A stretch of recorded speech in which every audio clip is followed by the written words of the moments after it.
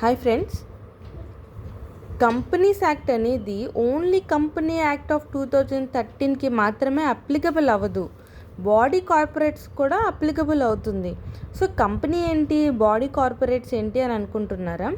So కంపెనీకి కొన్ని characteristics ఉంటాయి. సో ఏంటంటే ఫస్ట్ మనం ఇందాక చెప్పుకున్నాం కదా, ఆర్టిఫిషియల్ పర్సన్ అని, సెపరేట్ లీగల్ ఎగ్జిస్టెన్స్ అని. సెపరేట్ లీగల్ ఎగ్జిస్టెన్స్ అంటే అది కంపెనీ ఒకరు స్టార్ట్ చేస్తే కంపెనీ వేరవుతారు, పర్సన్ వేరవుతారు. పర్పెక్చువల్ సక్సెషన్ అంటే కంపెనీ స్టార్ట్ అవుతుంది, ఒకరి చేత స్టార్ట్ చేయబడుతుంది, అలాగే దానికి ఒక ఎండ్ అనేది ఉంటుంది కదా, కానీ మనం దాన్ని ప్రెడిక్ట్ చేయలేం. సో ఎండ్ అనేది కంపల్సరీగా జరుగుతుంది, బట్ మనకు తెలీదు. దాన్నే పర్పెక్చువల్ సక్సెషన్ అంటారు. బట్ మనం ఏం ఎజ్యూమ్ చేసుకుంటాం, it will be continued forever అని అనుకుంటాం. ఇది ఫర్ ఎవర్ ఎప్పటికీ కంటిన్యూ అవుతూనే ఉంటుందని మనం అనుకుంటాం. బట్ ఇక్కడ అలాగే కంపెనీ అనేది దానికి ఒక కెపాసిటీ కూడా ఉంది. ఏంటి, కంపెనీ కెన్ స్యూ. మనం చెప్పుకున్నాం కదా ఆల్రెడీ ఇందాక ఫీచర్స్ పాయింట్, ఇంతకుముందు వీడియోస్లో ఫీచర్స్లో కంపెనీ కెన్ స్యూ. అలాగే కెపాసిటీ టు బి స్యూడ్ అంటే కంపెనీ టు స్యూ అంటే filing A complaint in court on others. ఒక కంపెనీ వేరొకరి మీద కంప్లైంట్ ఇవ్వచ్చు, అలాగే అదర్స్ కూడా మన మీద స్యూ చేయొచ్చు. సో ఈ 4 ఫీచర్స్ని కూడా కార్పొరేట్ ఫీచర్స్ అనే అంటాం. So any body having corporate features and incorporated under companies act is called company. అంటే ఏదైనా ఒక బాడీ అనేది కార్పొరేట్ ఫీచర్స్ కలిగి ఉంటే, ఇప్పుడు నేను చెప్పినటువంటి features artificial legal person, perpetual succession, separate legal entity, అలాగే మనం చెప్పుకున్నటువంటి fourth point body corporates. So ఇవన్నీ 4 పాయింట్స్, ఇవన్నీ ఫీచర్స్ని కార్పొరేట్ ఫీచర్స్ అనే అంటాం. సో ఈ కార్పొరేట్ ఫీచర్స్ ఏవైతే కలిగి ఉంటాయో ఏదైనా బాడీకి, దాన్ని ఇన్కార్పొరేటెడ్ అంటారు కంపెనీస్ యాక్ట్. అంటే దాన్ని కంపెనీస్ యాక్ట్ కింద స్థాపించబడితే దాన్నే కంపెనీ అంటారు. అంటే body plus corporate features plus companies act, దాన్నే కంపెనీ అంటారు. అదే any artificial body having corporate features and incorporated under any act is called body corporate. For example, ఏదైనా ఒక ఆర్టిఫిషియల్ బాడీ ఉంది. ఫర్ ఎగ్జాంపుల్ సెబీ ఉంది, పోనీ ఎస్బీఐ ఉంది. SBI shares అనేవి ఏంటి, ట్రేడెడ్ షేర్స్. అలాగే ఎస్బీఐ అనేది ఒక బాడీ కార్పొరేట్, అది కంపెనీ కాదు.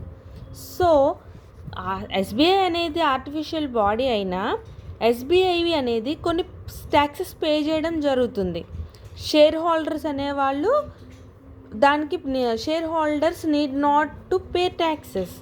ఇది ఎస్బీఐ మాత్రమే పే ట్యాక్స్ చేస్తుంది. అలాగే ఈ ఎస్బీఐ ఆర్టిఫిషియల్ బాడీ, అలాగే సెపరేట్ లీగల్ ఎగ్జిస్టెన్స్ ఉంది, పర్పెక్చువల్ సక్సెషన్ ఉంది.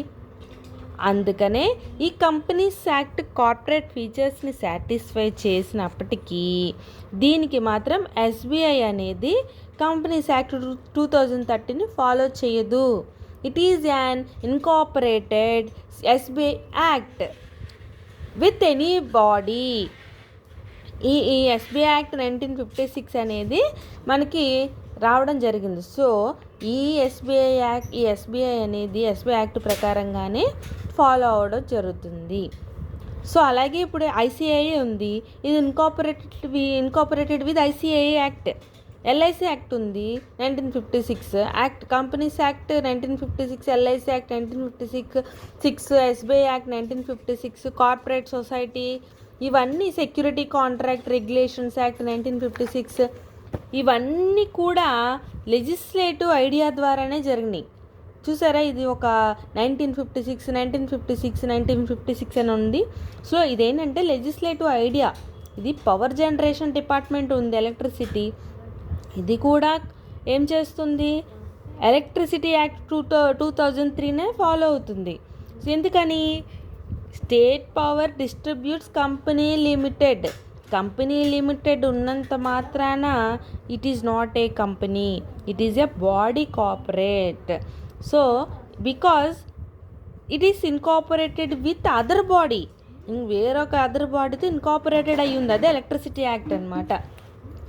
సో ఎగ్జాంపుల్ బ్యాంక్ అని, ఇన్సూరెన్స్ అని, ఎలక్ట్రిసిటీ అని, ఇలా ఇన్ దీస్ 3 కేసెస్లో మనం incorporate with other bodies call body corporates అని చెప్పుకోవచ్చు. అలాగే టీసీఎస్ ఉంది, Infosys, Wipro, all those are companies as well as body corporates. Every company is body corporate, but every body corporate is not a company. So companies act అనేది applicable not only companies but also body corporates. So for banking యాక్టివిటీస్కి SBI act applicable అవుతుంది. అలాగే administrative యాక్టివిటీకి companies act 2013 applicable అవుతుంది. ఎలా అంటే administrative డిపార్ట్మెంట్లో ఆడిటర్ని remove చేయాలన్నా, డైరెక్టర్ని రిమూవ్ చేయాలన్నా అదంతా కూడా కంపెనీస్ యాక్ట్ 2013 ప్రకారంగానే చేయడం జరుగుతుంది. సో మనం ముఖ్యంగా ఇలాగా కొన్ని బాడీ కార్పొరేట్స్ ఏంటి, కంపెనీ యాక్ట్ దేనికి అప్లికబుల్ అవుతుందో తెలుసుకోవడం చాలా ముఖ్యం.